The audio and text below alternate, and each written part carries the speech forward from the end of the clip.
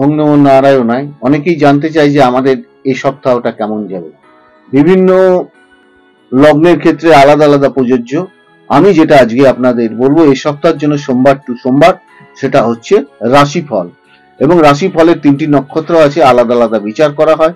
Overall জন্ম এবং মৃত্যু বাদে আমি যে ফলাফলটা বিচার করি আপনারা শুনুন এবং মিলিয়ে নেয়ার চেষ্টা করুন।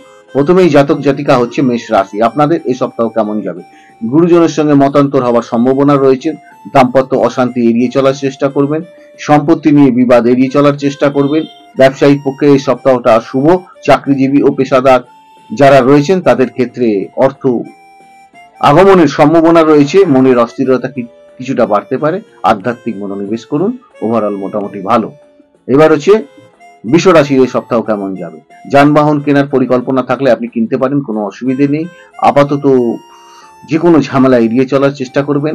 আর অর্থকরী অন্যান্য ক্ষেত্রে বিনিয়োগের ক্ষেত্রে একটু সতর্কতা অবলম্বন করবেন। সংক্রমণ পীড়া দেখা দিতে পারে, আর চলাফেরার পথে একটু সাবধানতা অবলম্বন করবেন। এবার মিথুন রাশির এ সপ্তাহ কেমন যাবে জেনে নিন।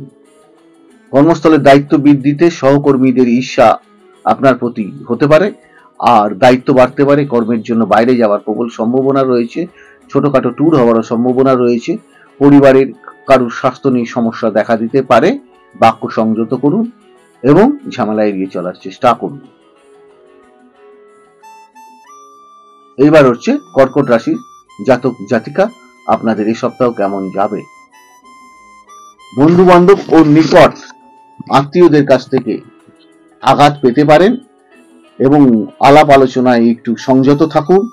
অপ্রিয় বাক্যের জন্য অপদস্থ হওয়ার সম্ভাবনা রয়েছে। অর্থপ্রাপ্তির যোগ রয়েছে। স্বাস্থ্য এক প্রকার ভালোই থাকবে।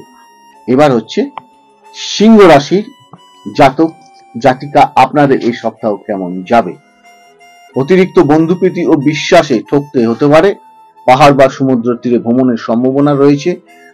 সপরিবারে ভ্রমণের পরিকল্পনা আপনি নিতে পারেন। ব্যবসায়িক পক্ষে বিশেষ সপ্তাহটা শুভ যাবে। কর্মক্ষেত্রের দায়িত্ব খানিকটা বৃদ্ধি পাবে এবং রোজগার বাড়বে। পারিবারিক ধর্ম আচরণে আপনি হয়তো ব্যস্ত থাকতে পারেন। এইবার হচ্ছে কন্যা রাশি, আপনাদের এই সপ্তাহ কেমন যাবে জেনে নেন। গুণী ব্যক্তিদের সাহায্যে আত্মবিশ্বাস লাভ হওয়ার সম্ভাবনা রয়েছে। অর্থভাগ্য ভালো। যারা শিল্প লাইনে রয়েছেন তাদের ক্ষেত্রে অর্থ আসার সম্ভাবনা রয়েছে। যে কোনো ঝামেলা এড়িয়ে চলার চেষ্টা করুন এবং সংসারে মনোনিবেশ করুন।